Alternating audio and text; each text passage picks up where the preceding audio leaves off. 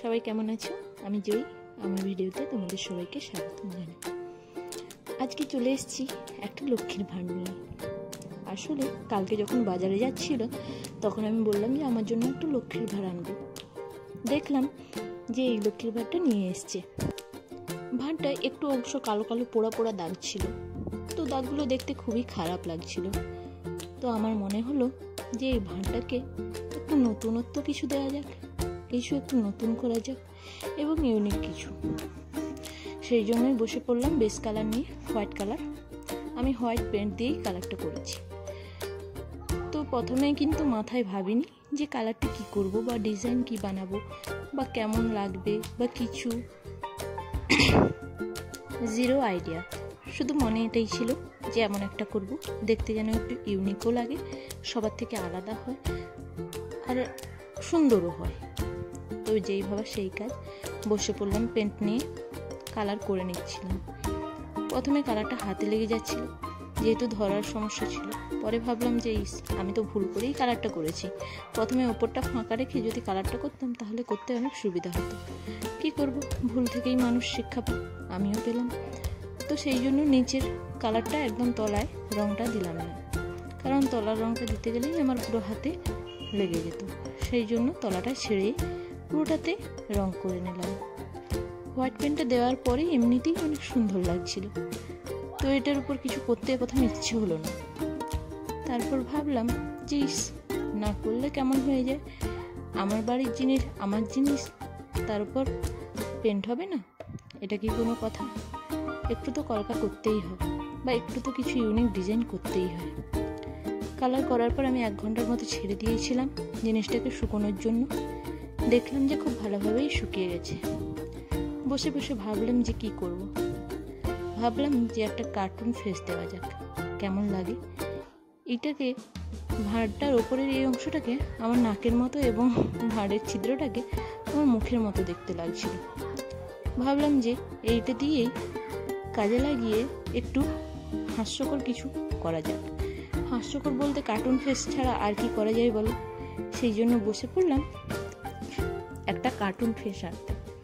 হাতের কাছে pencil pen কোনোটাই নিয়ে বসিনি, সেই জন্য ডাইরেক্ট তুলি দিয়ে অ্যাপ্লাই করেই দুটো চোখ আঁকার চেষ্টা করছিলাম।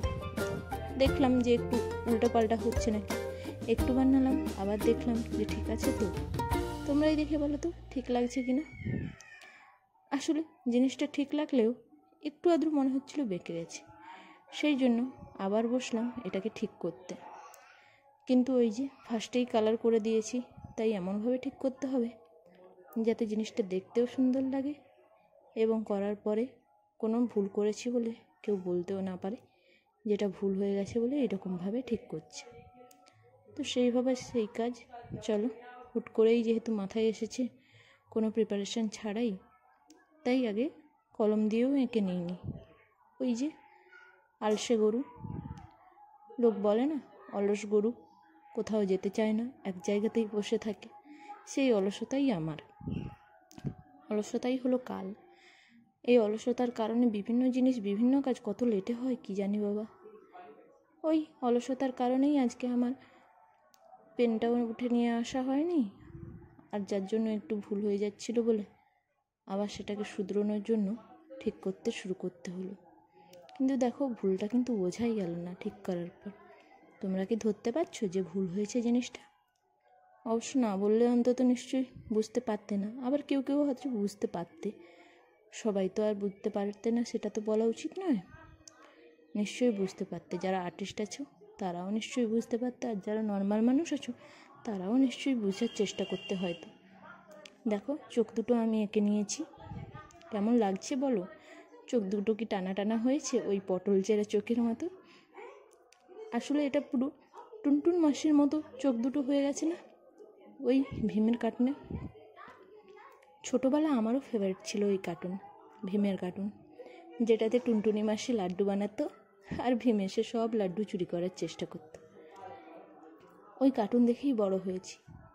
আর চুটকির ওই দুটো বিনুনি, সেটা তো সবারই মনে আছে নিশ্চয়ই। হ্যাঁ, কেনই বা মনে থাকবে না, ছোটোবেলাটা তো ওইগুলো দিয়েই কেটেছে। তো দেখো আমি চোখটা আঁকার পর মুখটা করে নিচ্ছিলাম। ঠিক মানাচ্ছিল না, কি করে মুখটা করব বুঝতে পারছিলাম না। তাই যেমন পারে ইচ্ছে ব্ল্যাক কালার দিয়ে, প্রথমে ভেবেছিলাম পুরোটাই ব্ল্যাক কালার দেবো, সেই জন্য ব্ল্যাক কালার দিয়ে মুখটা আঁকার চেষ্টা করছিলাম। একটু একটু করার পরে ভাবলাম না, এরকম করলে হয়। এইরকম একটু একটু করতে করতে মুখটা যেন কেমনভাবেই হয়ে যাচ্ছিল। দেখে নিজেরও ভালো লাগলো না, কেমন যেন চোখ দুটো এত সুন্দর আঁকার পর মুখটা কি খারাপ করে ফেললাম, তবে কে জানে কি হবে। দিয়ে এই জন্য বসে পড়লাম ভাবতে কি করা যায়। আচ্ছা ঠিক আছে, কালোটা যখন করেছি আগে চুলগুলো এঁকে নিই, তারপরে মুখটা নিয়ে ভাবা যাবে। যেই ভাবা সেই কাজ, চুলগুলো করার চেষ্টা করছিলাম। চেষ্টার কিছু নয়, এটা শুধু কালো কালারের পেন্ট দিয়েই বুলিয়ে নিলেই চুলগুলো করা হয়ে যাচ্ছিল। আর ওই লক্ষ্মীর ভাঁড়ের মধ্যেই ভাঁজটা ছিল, ভাঁজ করা, সেই জন্য ওই ভাঁজের মতোই রং করে চুলগুলো আমি আস্তে আস্তে করে নিচ্ছিলাম। দেখো তো, শীতেটাকে কিন্তু বাঁকাই করেছি। প্রথমে বুঝিনি যে সোজা শীতে ছিল, পরে দেখলাম না, হায় শীতেটা তো বেঁকিয়ে ফেলেছি আমি। কি করা যায়, বেঁকিয়ে ফেলেছি যখন, এদিক ওদিকে না ভেবে ভাবলাম যে যা হওয়ার হয়েছে, এবার দেখি কি করে ওটাকে ঠিক করা যায় বা কী করে ওটাকে শুধরানো যায়। ভাবতে মনে হলো না, শীতেটাকে ঠিক করেই দিই। শীতেটাকে যদি সোজা করে দিই তাহলে নিশ্চয়ই অবশ্য হবে। তার আগে নাকের কালারটা করে নিই। কার্টুন ফেসে নাকের কালারটা রেড হলেই দেখতে ভালো লাগে, কিন্তু তো সেই ভেবেই আমি রেড কালারটা নিয়ে নাকের ওপর কালার করে নিচ্ছিলাম। দেখতেই পাচ্ছ রেড কালারের নাকটা পুরো কিসের মতো লাগছে তোমাদের বলো তো? স্ট্রবেরি। আমার তো স্ট্রবেরির কথাই মনে হলো, তোমাদের কি মনে হচ্ছে?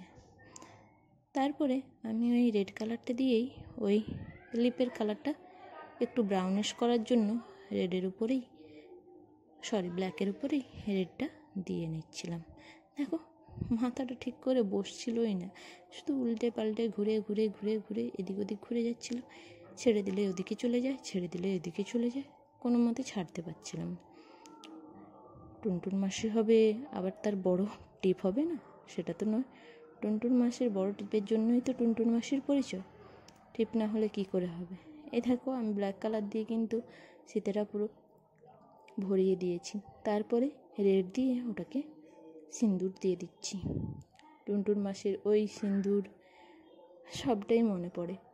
টুনটুন মাসির মার যখন লাড্ডু চুরি করে পালাতো, তখন ভীমের পিছনে কি সজোরেই না ছুটতো। আর ওই লাড্ডুর তাকাতে তো সব যারা থাকতো খারাপ লোক, তারা তো সবাইকে মেরে উড়িয়ে দিত ভীম। তারপরে নিচের দিকটা ওই কালো কালার দিয়েই কলকা করে নিচ্ছিলাম। ভাবলাম যে হ্যাঁ, ভাঁড় করব আর কলকা করব না, পুরোটাই কলকা করার ইচ্ছে মনে হয়েছিল। তারপর ভাবলাম যে না, কলকা তো সবাই করে, ইউনিক করতে গেলে আমাকে আলাদা কিছু করতে হবে। সেই কারণে আমিও শুরু করলাম। এই দেখো, দেখতে দেখো আমি পুরোটাই কলকা করে নিয়েছি। কেমন লাগলো কলকাটা জানিও। অবশ্য তোমাদের পুরোটা দেখানো হয়নি, কেন কি এত বড় ভিডিও সবার ঠিক পছন্দ লাগবে না, সেই জন্য অল্প অল্প করেই ক্লিপ দিয়েই ভিডিওটা বানিয়েছি। দেখো তোমাদের কলকাটা কেমন লাগলো। কলকা করার পর পুরো জিনিসটাই যেন পাল্টে গেল। হ্যাঁ, এবার লাগছে সত্যিকারে। এবার মনে হলো না, এক সাইডে বর্ডার মনে হচ্ছে, অন্য সাইডটা কিছু নেই মনে হচ্ছে। সেই জন্য আমি কি করলাম, লক্ষ্মীর ভাণ্ডারের আরও 4 সাইডটা ব্ল্যাক কালার দিয়ে ভরে দিলাম, যাতে ওই জিনিসটা দেখতে খারাপ না লাগে।